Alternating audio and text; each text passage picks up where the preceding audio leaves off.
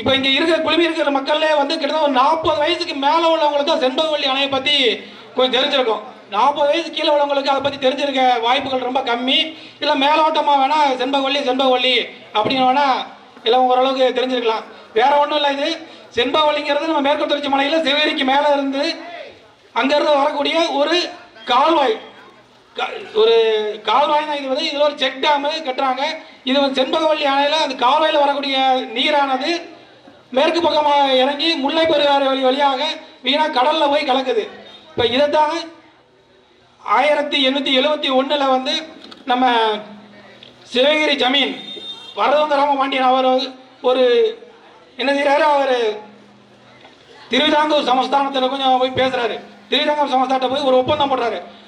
பொதுவாகவே இந்த இடம் செண்பகவல்லி இந்த கால்வாய் வரக்கூடிய பகுதி நிர்ணயிக்கப்படாத பகுதி. அது கேரளாவும் இல்லை, தமிழ்நாடும் இல்லை, ரெண்டுக்கு எல்லைக்கும் நடுவில் உள்ளக்கூடிய நிர்ணயிக்கப்படாத பகுதி தான். ஆனால் இது தெரியாமல் ஒரு தவறான ஒரு ஒப்பந்தத்தை கொண்டு போய் நம்ம சிவகிரி ஜமீன் போய் அவர்கிட்ட திருவிதாங்கூர் சமஸ்தானத்தை மன்னர்கிட்ட போய் போடுறாங்க. போட்டு நீர் வருது. கிட்டத்தட்ட ஒரு 15 டிஎம்சி தண்ணி வரைக்கும் அதில் வந்துக்கிட்டு இருந்தது தான். இது அது வரக்கூடிய பகுதி சிவகிரி வழியாக வந்து இப்படி கரிவளம் வழியாக கரிவளம், திருவேங்கடம், வெம்பக்கோட்டை, சாத்தூர், கடைசியாக விளாத்திக்குளம், வேம்பாரில் போய் கடலில் போய் கலக்குது. இந்த பகுதியெல்லாம் பாதிக்கு மேலே கரிசல் காட்டு பூமி. இதெல்லாம் இந்த ஆறு ஓடுறதுனால கரிசல் காட்டு பூமியில் நல்ல விளைச்சல் இருந்தது, மக்கள் செழிப்பாக இருந்தாங்க. அதுக்கப்புறம் தான் ஒரு ஆரம்பிச்சது பிரச்சனை. 1956 பெரு வெள்ளம் வருது. இந்த பெரு வெள்ளத்தினால அந்த கால்வாய் உடைபட்டு தண்ணீர் வந்து மறுபடியும் அந்த முல்லைப்பாடு வழி அந்த வழியாக போகுது. அப்போ முதலமைச்சராக இருந்த காமராஜர் ஐயா அவர்கள் வந்து அதற்கு நம்மளுடைய இன்ஜினியர் இங்கிருந்து பொதுப்பணித்துறையிலிருந்து இன்ஜினியர்கள் அனுப்புகிறாங்க சரி பண்ணுறதுக்காக. போய் அவங்க அதை கால்வாயை சரி செய்யுது, திரும்ப அதை ரிப்பேர் செய்து அதை இங்கே மறுபடியும் தண்ணியை திருப்பி விடுறாங்க. 56, 57 அந்த காலகட்டத்தில் இது பழுது பார்க்கப்பட்டு அங்கே கல்வெட்டு வைக்கப்பட்டிருக்கு. காமராஜர் காலத்தில் இது பணி செய்யப்பட்டது அப்படின்னு கல்வெட்டே இருக்குது, இன்றைக்கி இருக்குது. இதில் செண்பகவல்லி சார்ந்து இன்னும் பயணிச்சுக்கிட்டு இருக்க, போராட்டம் பண்ணிக்கிட்டு இருக்க போராட்டக்காரர் இது வந்து நல்லா தெரியும். இன்றைக்கி கல்வெட்டு அங்கே இருக்குது. அப்போது இது மராமத்து பண்ணினது நம்ம தமிழக அரசு, தமிழக மக்கள், தமிழக இன்ஜினியர் தான் பண்ணியிருக்கிறாங்க. ஆனால் அடுத்த கட்டமாக இது 1967 மறுபடியும் பெரு உடைப்பு ஏற்படுது. உங்களுக்கு தெரியும், 1967 யார் ஆட்சிக்கு வந்தால் இந்த டிஎம்கே. அந்த 67 இப்போ வரைக்கும் அந்த பிரச்சனை சரி செய்யவே படவில்லை. அதுதான் ஏன் நம்மளை வந்து நம்ம பெற்றவன் நம்ம ஆளலை. தமிழை ஆண்டிருந்தா கண்டிப்பாக ஒரு தீர்வு கிடச்சிருக்கும். இப்போ தமிழை ஆளாதனால இதுக்கு ஒரு தீர்வு கிடைக்கல. 67 இருந்தது அந்த கிடப்பில் போட்ட சிஸ்டம் இன்னும் அப்படியே இருக்குது. நம்ம மக்களும் போராடி ஓஞ்சு போயிட்டாங்க. வயசு ஆயிருச்சு. இப்போ எல்லாம் 40 வயசு 45 50 வயசு உள்ள ஆளுக்கும் தெரியுது. அது கீழே உள்ள மக்களுக்கு யாருக்குமே இந்த செண்பகவல்லி பிரச்சனை தெரியலை. அடுத்து 1992 இதுக்கு வந்து கோர்ட்டுக்கு போகிறாங்க. நம்ம சைடில் இதில் விஜயரங்கப்பேரி, ராசிங்கப்பேரி, இதில் ராசிங்கப்பேரி விவசாயிகள் எல்லாருமே கோர்ட்டுக்கு போய் ஒரு கேஸ் போடுறாங்க. அப்போ சென்னை சுப்ரீம் கோர்ட், சென்னை கோர்ட்டில் ஹைகோர்ட்லேருந்து ஒரு ஆர்டர் வருது. 2 மாநிலங்களும் சேர்ந்து கலந்து ஆலோசித்து பேசி 1 மாத தவணைக்குள்ளார் 2 பேர் பாதி செலவுகளை ஏற்றுக்கொண்டு அதை சரி செய்யணும், பராமரித்து செய்யணும் அப்படின்னு சொல்லியிருக்காங்க. இதை உடனே நம்ம அரசாங்கம், அப்போது எம்ஜிஆர் இருக்கிறாரு சிஎம்மா, அவர் எப்படி நேக்கா தள்ளி விடுறாரு. அவர் ஒரு மொத்தம் 11 லட்சம் ரூபா தான் செலவு. இந்த 11 லட்சத்தில் 5.5 லட்சத்தை அவர் எடுத்து யார்கிட்ட கொடுக்குறாரு, கேரளா அரசாங்கத்தில் கொடுக்குறாரு. ஆனால் எங்கே இருக்குது, நம்ம இடத்துல போயிருக்குது. அவங்ககிட்ட எல்லைக்கான கோடை கிடையாது. ஆனால் இவர் நேக்கா அந்த அணையை வந்து அப்படியே அந்த பக்கம் தள்ளி விடுறாரு. எம்ஜிஆர் பற்றி எல்லாரும் நல்ல விதமாக கேள்விப்பட்டிருப்போம். ஆனால் அவரோட விஷயத்துல எல்லாம் கரெக்டாகவே இருந்திருக்காரு. அவர் மலையாளிக்கு என்னெல்லாம் செய்யணுமோ இதே பிரச்சனையை தான் முல்லை பெரியாறுலையும் போய் செஞ்சார்.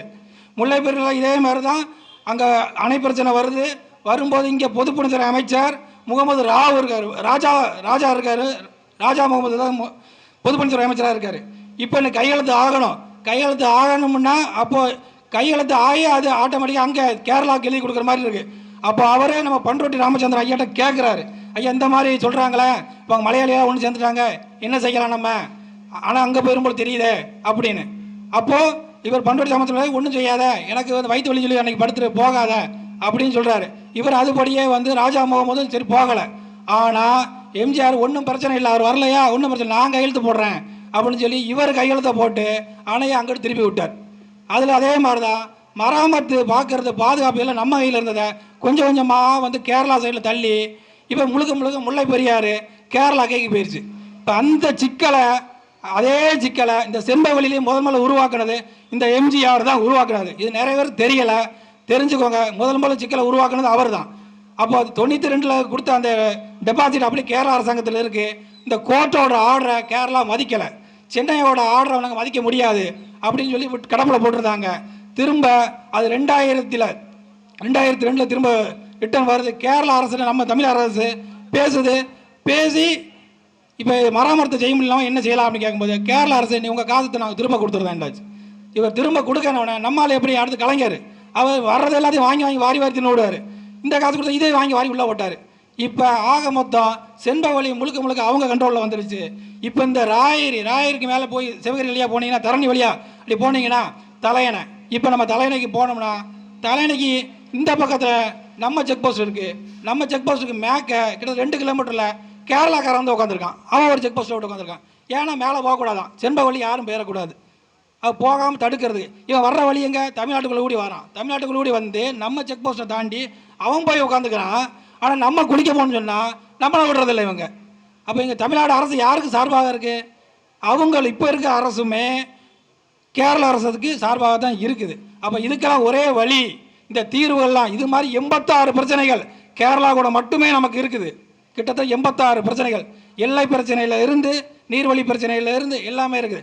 நேற்று கூட நீலகிரியில் நம்ம தமிழ்நாட்டு பகுதிக்குள்ளார கேரளாக்காரன் வந்து போர்டு வைக்கான், இது வந்து கேரளாவோட பகுதின்னு சொல்லி போர்டு வைக்கான். அதை எதிர்த்து நாம் தமிழர் கட்சிக்காரங்க போய் போராட்டம் பண்ணுறாங்க. அவங்கள பிடிச்சி சிறையில் போட்டுறதுக்கு இந்த மு க ஸ்டாலின் அரசு இவங்க இப்படி தான் பண்ணுவாங்க.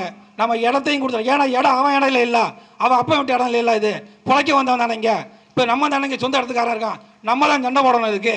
இப்போ நம்ம வீட்டில் பக்கத்து வீட்டில் இடத்துக்கார வயக்காட்டுக்காரன் வந்துட்டா ஒரு அரை அடி விட்டு கொடுக்க மாட்டோம், சண்டைக்கு போயிடுவான் அவன்கிட்ட வீவின்னு. ஆனால் இங்கே நாட்டோட ஒரு பகுதியவே பிரித்து கொடுத்துக்கிட்டு இருக்காங்க ஆளாளுக்கு. இதில் வேற இப்போ கேரளாக்காரன் என்ன பண்ணுறான், சர்வேக்களை பூரா பிடிங்கி ஊன்றது. இப்போ இங்கே பண்ணுவாங்கல்ல நம்ம ஊரில் அளந்து கல்லை ஊனிடுவாங்க, மறுநாள் நைட்டாக பிடிங்கி 2 அடி தள்ளி ஊனிடுவாங்க. இதே கதையை கேரளாக்காரன் இப்போ சர்வேக்களுக்கு பூரா பிடிங்கி இந்த பக்கம் ஊனி டிஜிட்டல் சர்வேன்னு சொல்லி ஒன்று பண்ணுறான். டிஜிட்டல் சர்வேன்னு பண்ணி அதை ரெக்கார்டை உண்டாக்குறான். புதுசாக ரெக்கார்டோட எங்கே எல்லாம் இங்கே வரைக்கும் இருக்குது, எங்கே தமிழ்நாட்டு வரைக்கும் அவன் எல்லாம் இருக்காமா. இதுக்கு ஒரே வழி, இதுக்கு தீர்வு நாம் தமிழர் ஆட்சி அமையணும். செந்தமிழன் வந்து ஆட்சிக்கு வர்றீங்க, அவர் வந்தால் மட்டும்தான் இதுக்கு தீர்வு கிடைக்கும். நம்ம நிறைய மீட்க வேண்டிய இடங்கள் நிறைய இருக்குது. ஒன்றும் இல்லை, கேரளாவுக்கு தமிழ்நாட்டில் இருந்து கிட்டத்தட்ட 13 வழித்தடங்கள் இருக்குது. நாம் தமிழர் ஆட்சிக்கு வந்தால் ஒரே நாள் 13 வழித்தடங்களையும் உட்காந்து அடைக்கிறோம். அவனுக்கு எல்லாமே இங்கே இருந்தால் போகுது, அரிசி பருப்பு காய்கறி முட்டை. ஏன்னா இதில் வந்து இப்போ கனரக வாங்கல் மூலமாக கனிம வளம் எல்லாமே நம்மளை தாண்டி நம்ம இடத்துல தான் போகுது. ஒரே நாள் நாம் தமிழர் கட்சி அங்கே உட்காருது, எல்லா பகுதிகளையும் அடைக்கிறோம். நம்ம அவனை ஒன்று கிடைக்காம பண்ணுறான். தன்னை போல கியான்னு வருவான். யார்கிட்ட வருவான்? நம்ம அண்ணன் சீமாங்கிட்ட வருவான். என்னையா செய்கிறானு, இப்போ நீ வா உட்காந்து பேசுவோம் அப்படின்னு முதல்ல இருந்து எல்லா ஆட்டையை கலைச்சிட்டு முதல்ல இருந்து போடுவோம் கோட்டை அப்படின்னு சொல்லி போட்டு அவர் முதல்ல இருந்து ஆரம்பிப்பார்.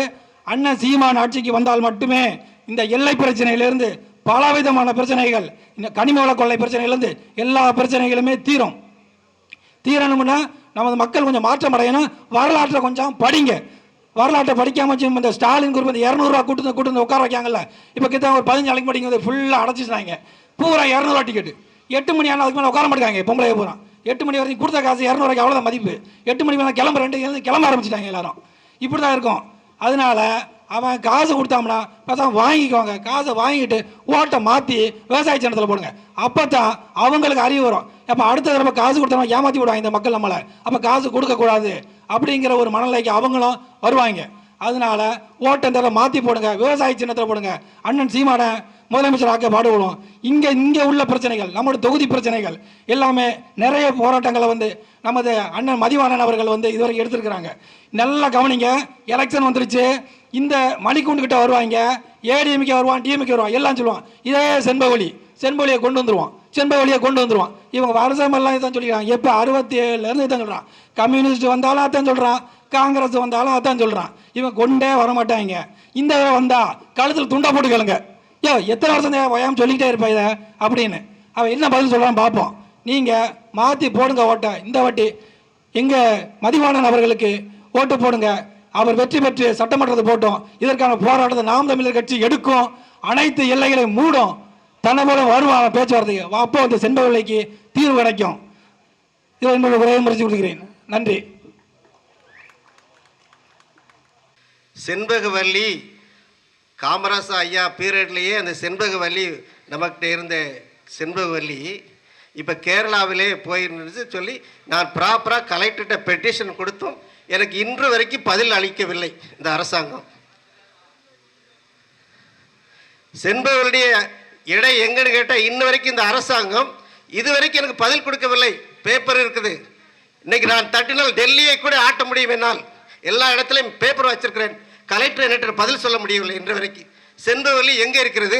நிச்சய நதியுடைய இடம் இருக்கிறதா தெரியல. கடைசியாக கண்ணகி கோயிலுக்கு போயிருந்தேன் 2 வருஷத்துக்கு முன்னாடி. தமிழர்கள் அந்த சித்திரையில் போய் அவங்கள வந்து அதை கும்பிடுவாங்க. நானும் ஸ்பெஷலாக போயிருந்தேன், தனியாக தான் போயிருந்தேன். இன்னைக்கு கேரள அரசு அதுக்கு டோக்கன் போட்டு நீ 2 மணிக்குள்ளே தான் கோயிலுக்கு போகணும்னு சொல்லி இது அரசாங்கத்திட்ட பெர்மிஷனே வாங்காமல் அவங்க இஷ்டப்படி பண்ணுறான். தமிழருடைய இடங்களை திராவிட கட்சிகளே நீங்கள் உணர்ந்துக்குங்க. நம்முடைய இடங்களெல்லாம் எப்படியெல்லாம் கேரள அரசு அபகரிக்கிறது, அது எப்படியெல்லாம் இடத்தை அபகரிக்கிறதுன்னு நன்றாக யோசிங்க. இதை நான் அடிக்கடி பெட்டிஷன் போட்டும் கேட்டிருந்தேன். இதுவரைக்கும் பதில் இல்லை. இன்னொன்று, இந்த மேற்கு தொடர்ச்சி போகும்போது தலையணையில் நம்ம சக்கராலை தரணி சக்கராலைக்கு அடுத்து கேரளா ஃபாரஸ்ட் வந்து வீடு கட்டியிருக்கு. இது முந்தாநாத்து நடந்த சம்பவம். நாங்கள் டிஎஃப் கூட போராடிக்கிட்டு இருந்தேன். போய் ஒரு ஆர்ப்பாட்டம் வாட்ஸ்அப்பில் பார்த்துருப்பீங்க, யூடியூப்பில் பார்த்துருப்பீங்க, உளவுத்துறையும் பார்த்துருப்போம். நான் கேட்டேன், இந்த டிஎஃப்ட துபாய் ஃபாரஸ்ட் நம்முடைய தமிழ்நாட்டுடைய ஃபாரஸ்ட் ஆஃபீஸர்கிட்ட தென்காசி மாவட்டத்துடைய ஆஃபீஸர்கிட்ட கேட்கும், இவங்க எப்படி இந்த இடத்துல வந்து வீடு கட்டினாங்கன்னு கேட்குறான். தெரியலைங்காங்க. கேரள அரசு நம்முடைய இடத்துல வந்து கோட்ரஸ் கட்டி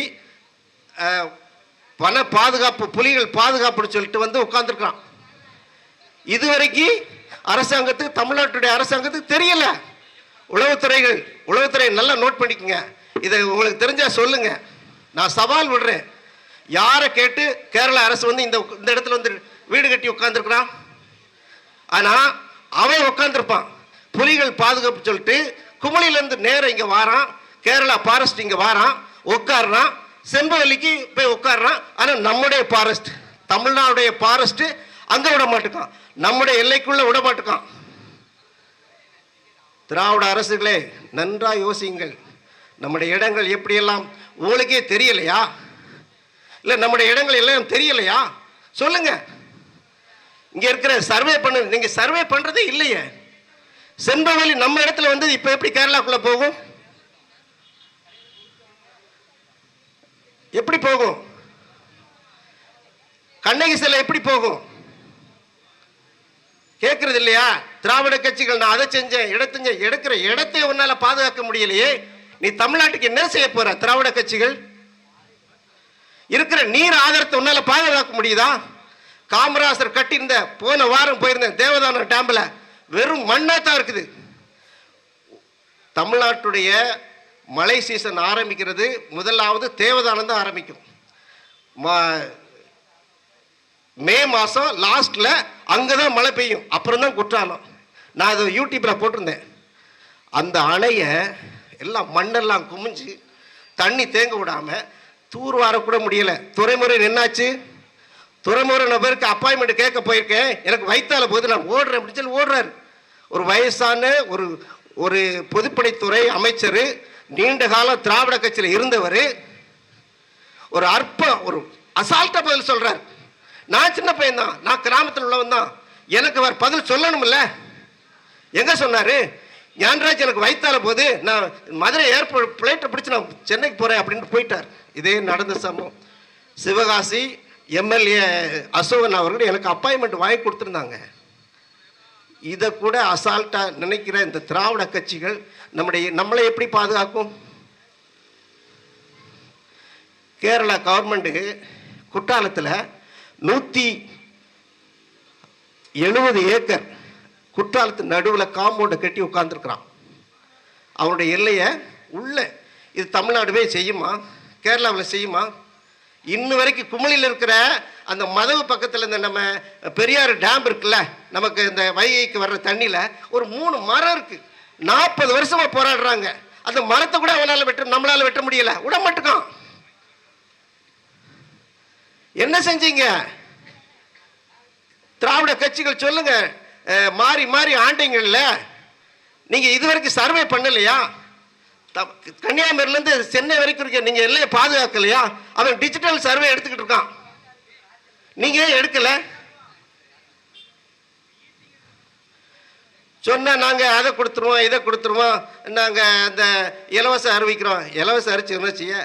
எல்லாரும் தான் இலவசம் அறிவிக்கிறான். முதல்ல இடங்களை பாதுகாங்க. நம்ம இருக்கிற இடங்களை பாதுகாக்கணும். அதுதான் மெயின். இதனால ஒவ்வொருவரும் சிந்திக்கணும். நீங்கள் நம்முடைய எல்லைகளை பாதுகாக்கிறது நாம் தமிழர் தான். அதாவது இப்போ என்னுடைய தாத்தா குருசாமி கல்லாடி, எங்களுடைய தாத்தாவுடைய அண்ணன் வெண்ணி கல்லாடி.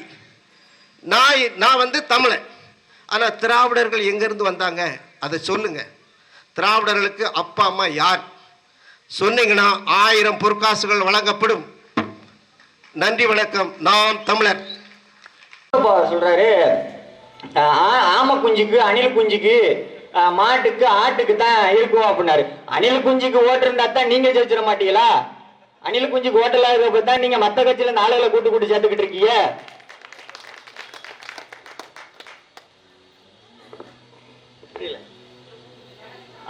பிறப்புக்கம் இல்லாம இருக்கு. அது நம்ம தான் 15 வருஷமா வச்சிருக்கோம்ல. எல்லாமே நம்ம அது என்ன சொன்னார்ல அவரை அண்ணனே தெளிவா சொல்லாரு, சீமான அண்ணனே தெளிவா சொல்லாரு. 2 வருஷத்துக்கு முன்னாடி வரைக்கும் ஏண்டதான் பேசு என்ன அண்ணன் அண்ணனை ஏமாத்திட்டாரு. எல்லாத்தையும் தகவலையும் வாங்கிட்டு நம்ம பண்ற அரசியல் என்ன, நம்ம இருந்து தமிழ் தேசியத்தை எடுத்துக்கிட்டாரு, அவர்கிட்ட இருந்து திராவிடத்தை எடுத்தாரு. என்ன இப்ப நமக்கு மக்களுக்கு திராவிடம் தான் தெரியுது அப்படிங்கறதுனால அந்த திராவிடத்தை மட்டும் கொண்டு போறாரு. தமிழ் தேசியத்தை வெளியே கொண்டு வர மாட்டேங்காரு. ஒரு சில இடத்துல தமிழ் தேசியத்தை கைவிட்டாருன்னா அவர் இளைஞர்ல பாதி பேர் நாளைக்கு இங்க ஓடியாந்துருவோம். தமிழ் தேசியம்னு ஒண்ணு அவங்கள்ட்ட கிடையாது. தமிழ் தேசியம் கேட்டா கிடையாது. கொள்கைங்கிறதே அவங்கள்ட்ட கிடையாது. கொள்கையும் கிடையாது, கோட்பாடும் கிடையாது. இதே நான் சொல்றோம், நாங்க 15 வருஷமா எங்கள் தலைவர் பிரபாகரன் அவர்கள் புகைப்படத்தை தமிழ்நாட்டிலேயே பேரை கூட தடை செஞ்சாங்க. எந்த இடத்துலயும் நாங்க போட விடாம தடை செஞ்சுக்கிட்டு இருந்த இடத்துல நாங்க இவ்வளவு எல்லா கட்டவுட்லயும் எங்க தலைவர் போட்டா இருக்கு. எங்களால இது பண்ண முடியாது. தடை செய்யப்பட்ட இயக்கத்தோட கொடி எல்லாமே ஏதோ ஒரு இடத்துல தமிழ் தேசியத்தை பத்தி விஜய் பேசுறாருல, அவர் முடிஞ்சா ஒரே ஒரு கூட்டத்துல தலைவர் பிரபாகரன் அவர் புகைப்படத்தை வச்சு ஒரே ஒரு பதாக வைக்க சொல்லுங்க. அவர் தமிழ் தேசியத்தை பத்தி பேசாரு, நம்ம புரிஞ்சுக்கிறோம். அவர் தமிழ் தேசியமே கிடையாதுங்க. அவர் சின்ன திராவிடர், அவ்வளவுதான். அவங்க எல்லாம் பெரிய திராவிடர்கள். 50 ஆண்டு 70 ஆண்டு. இவங்க இப்ப 2 ஆண்டு திராவிடம். மித்தபடி எல்லாமே கிடையாது. அண்ணன் சொல்ற மாதிரி 2 முனை தான், 4 முனை கிடையாது. 2 முனை. ஒண்ணு திராவிடம், இன்னொன்னு தமிழ் தேசியம். தமிழ் தேசியம் பக்கம் தான் ஆளுகள் இருக்கு. நீங்க நினைச்சுக்கிட்டு இருக்கீங்க விஜய் வந்துட்டாரு சீமானுக்கு ஓட்டு குறைஞ்சிரும், நாம் தமிழரால வெல்ல முடியாது அப்படின்னு நினைக்க. இந்த வட்டம் அண்ணன் சீமான் சட்டமன்றத்துக்கு போவது உறுதி. எங்கள் வேட்பாளர்கள் நிச்சயமா சட்டமன்றத்துக்கு போய் இந்த வட்டம் சட்டமன்றம் அலரும். நீங்க பாப்பீங்க, இந்த வட்டம் உறுதி ஆயிருச்சு. கண்டிப்பா நடக்கும். போன வட்டம் இதே மாதிரிதான் சொன்னேன், இங்க ஓட்டு 90% ஓட்டு வாங்குவேன்னு நடந்துச்சு. அதே மாதிரிதான் இந்த வருஷம் சொல்லுவேன். இந்த வருஷம் அண்ணன் சீமான் போவாரு, அதன் பின்னாடியே எங்கள் தளபதி எங்கள் அண்ணன் தளபதிகள் எல்லாரும் போவாங்க. இதே தொகுதியிலும் எங்க அண்ணன் மதிவானனும் போவாரு. எல்லாத்தையும் இங்க பார்க்கலாம் போறீங்க. இந்த தொகுதி பிரச்சனைய வேட்பாளராக இருக்கும் போதே அதிகமா பேசுற ஒரே ஆள் இவர் மட்டும்தான். தேர்தல் அறிக்கையில கூட இவங்க தொகுதி இப்ப பிரச்சனை போட மாட்டாங்க. முதல்ல அந்த செம்பவழி வரும், அதுக்கப்புறம் கூட இலவசம் தான் வரும். அவங்க இலவசம், எவ்வளவு இலவசம், எத்தனை இருக்கும். இந்த எம்எல்ஏ வருவார், ஓட்டு கேட்க அவருக்கு சீட்டு கிடைக்காது. எப்படி கூட வருவாரு, கூட வரையில கேளுங்க. கூட வரையில நீங்க யாருக்காவது வரட்டிட்டு தான் இருக்காங்க, நீங்க வரையில கேளுங்க. மனம்பேரு நீங்க கேட்டீங்கன்னா தெரியும் அவர் எவ்வளவு, நீங்க எத்தனை கறிவெடுத்து பண்ணீங்க இதுக்கு முன்னாடி அப்படின்னு சொல்லி கேளுங்க. ஒரு விரல் விட்டு எண்ணி சொல்லிடுவோம். 3 தடவை 2 தடவை. ஒரு ரேஷன் கடை துறைக்கு இப்போ வந்தாரு, அது இந்த எலெக்ஷன் நெருங்கினால வந்திருப்பாரு, கூட்டணி கட்சிகளால. இல்லைன்னா அது கூட வந்திருக்க மாட்டாங்க. அந்த பக்கத்து ரேஷன் கடையில போட்டாங்க போல, வீட்டுக்கு போய் சொல்லிட்டாங்க போல. அதனால கைவந்தல் திறந்துட்டு போயிருக்காரு. சிந்திச்சு வாக்களிங்க. ஓட்டுக்கு பணத்துக்கோ எதுக்கோ பணத்துக்கு பணத்தை நான் சொன்ன மாதிரி தான், பணத்தை வாங்கன்னா வாங்கிக்கோங்க, நான் உங்களை வாங்கக்கூடாதுன்னா எங்களை தனிப்பட்ட முகத்தில் வந்துடுவீங்க. நான் பணத்தை கொடுக்கல அப்படிங்கிற மாதிரி இப்ப நாளைக்கு டொனேஷன் கேட்க வந்தாலும் கொடுக்க மாட்டீங்க. அதனால பணத்தை வாங்கிக்கோங்க, ஓட்டை வந்து சிந்திச்சு போடுங்க, யோசிங்க. 2 தேர்தல் அறிக்கை எடுத்துக்கோங்க, இந்த கையில திராவிட கட்சி எடுத்துக்கோங்க. 3 தேர்தல் அறிக்கை ஒண்ணு போல தான் இருக்கும், எதுவும் மாறாது, கட்சி பேர் மட்டும் தான் வரும், அதை எப்படி எடுத்துக்கோங்க. இந்த பக்கம் நாம் தமிழர்களுக்குள்ள எடுத்துக்கோங்க. நீங்க பார்த்தாலே எல்லாமே தெரியும், இதுல என்ன இலவசம் இருக்கு, இதுல என்ன இலவசம் இருக்கு. நீங்க பாத்தீங்கன்னா அது நல்லா தெரியும். இதுல இருக்க இலவசத்தை பாத்தீங்கன்னா இப்ப இதெல்லாம் நம்மளால இலவசமா கொடுக்க முடியுமா, ஏன் அப்படி இவங்களால நமக்கு இலவசமா கொடுக்கல அப்படிங்கிற மாதிரி நீங்களே கேட்டுட்டு சிந்திச்சு வாக்களிங்க. ஒவ்வொரு வாக்கு ஒவ்வொரு முக்கியம்.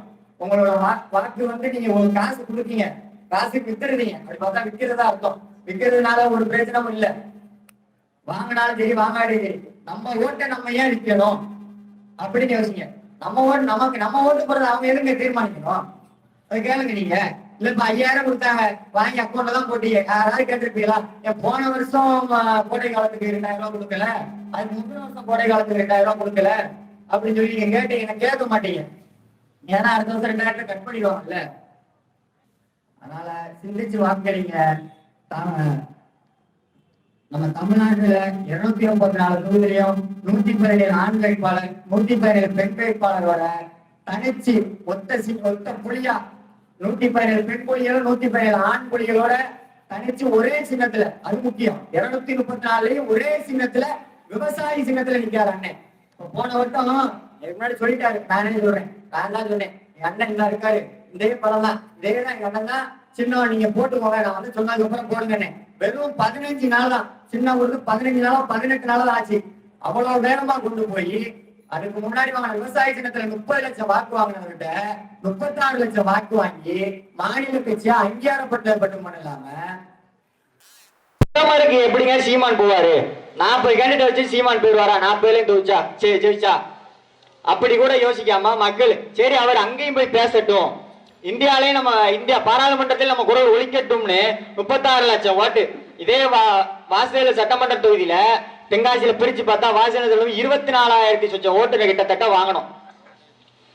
இந்த வட்டம் நிச்சயமா அது அப்படியே டபுள் ஆனா நிச்சயம் வெற்றி பெற்று விடுவோம். இந்த வட்டம் அண்ணன் இசை மதிவாணன் அவர்கள் வெற்றி பெற்று நம்ம சட்டமன்றத்துக்குள்ள போய் அங்க அலற விட போறாரு. அதை மட்டும் பாருங்க. நீங்க இங்க இருக்க பிரச்சனையை பூரா சொன்னீங்கன்னா ஓரிரு வருடங்களுக்குள்ள எல்லா பிரச்சனையுமே அங்க சொல்லிடுவாரு. இப்ப இருக்கையிலேயே அவ்வளவு போராட்டம் பண்ணிருக்காரு. இந்த தொகுதியில வேட்பாளர் என்ன எல்லாரையும் பாத்தீங்கன்னா இந்த தொகுதியில எல்லா தொகுதியிலையும் பாருங்க, வேட்பாளர்கள் பண்ண போராட்டங்கள் எவ்வளவு, அவங்க சொன்ன கருத்துக்கள் எவ்வளவு, அவங்க எதுக்கு மக்களுக்கு முன்னாடி வந்திருக்காங்க முதல்ல பாருங்க. மக்களுக்கு முன்னாடி வந்ததுல அதிகமா இருந்தது பாத்தீங்கன்னா எல்லா தொகுதியிலுமே நாம் தமிழர் கட்சி தான் வந்திருப்பாரு. அதுல இவர் இங்க நிக்கிற வேட்பாளர் எங்க அண்ணன் மதிவானன் எல்லா போராட்டத்துக்கும் போவாரு. டெய்லி ஏதாவது ஒரு போராட்டம் இருக்கத்தான் செய்யும். ஏதோ ஒரு மக்களுக்காக ஒரு இடத்துல நிக்காம டெய்லி அவர் இருக்கவே மாட்டாரு. இத்தனை வருஷமா பார்த்துக்கிட்டு இருக்கோம் நாங்க. எங்களுக்கு தெரியாதா எங்க வேட்பாளர் எப்படின்னு? அதனாலதான் நாங்க ஓட்டு கேட்டுட்டு இருக்கோம். நிச்சயமா இந்த சட்டமன்ற தேர்தலில் நம்ம இசை மதிவாணன் மண்ணின் மைந்தன் நிச்சயம் இந்த தொகுதியில வெற்றி பெற வேண்டும். நீங்க எல்லாரும் விவசாய சின்னத்துல ஓட்டு போடுறீங்க. விவசாய சின்னம் கன்ஃபியூஸ் பண்ண வேண்டாம், பழைய விவசாய சின்னமும் வரும். ஏன்னா ஒரு கட்சி கொடுத்துருக்காங்க. இந்த சின்னத்துல நீங்க ரொம்ப இல்ல, நம்ம அங்கீகரிக்கப்பட்ட கட்சி மேல வந்துருவோம். 3-4 இடத்துல நம்ம சின்னம் வந்துரும். அப்படியே கவலையப்படணும். முதல்ல எண்ணி பாத்தீங்கன்னா சீமான் முகம் தெரியும். விவசாயி விட்டுருங்க, சீமான் மூஞ்ச பாருங்க. சீமான் மூஞ்ச சின்னத்துல இருக்கும். எந்த கட்சி தலைவர் போட்டாவும் இதுல வைக்க மாட்டாங்க. நம்ம கட்சி தலைவர் போட்டா வச்சிருவாங்க, சீமான அண்ணன் போட்டாங்க. அதனால அவர் சின்னத்தை பார்த்து இந்த வட்டம் ஓட்டு போட்டு நிச்சயமா இந்த வட்டம் நீங்க சட்டமன்றத்துக்கு எங்க அண்ணன் இசை மதிவாணன் அவர்கள் அனுப்புவீங்கன்னு நான் நம்பிக்கை கூறி விடைபெறுகிறேன். நன்றி, வணக்கம். நாம் தமிழர்.